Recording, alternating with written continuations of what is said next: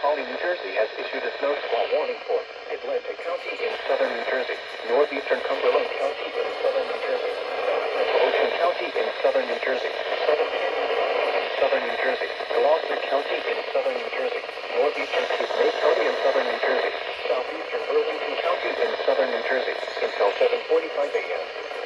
At 7:13 a.m., a dangerous snow squall was located along a line extending from near First City to southeast at 60 miles per hour. Intense bursts of heavy snow and gusty winds leading to blowing snow and visibility rapidly falling to less than 1/4 mile. Wind gusts greater than 35 miles per hour. Source: radar indicated. Impact: travel will become difficult and potentially dangerous within minutes.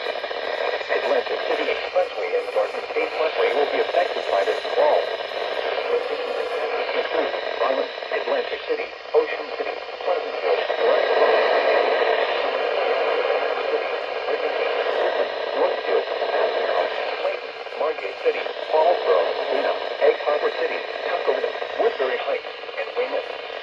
Wet roadways will quickly freeze. Black ice will cause roads, bridges, and overpasses to become quick and dangerous. Slow down and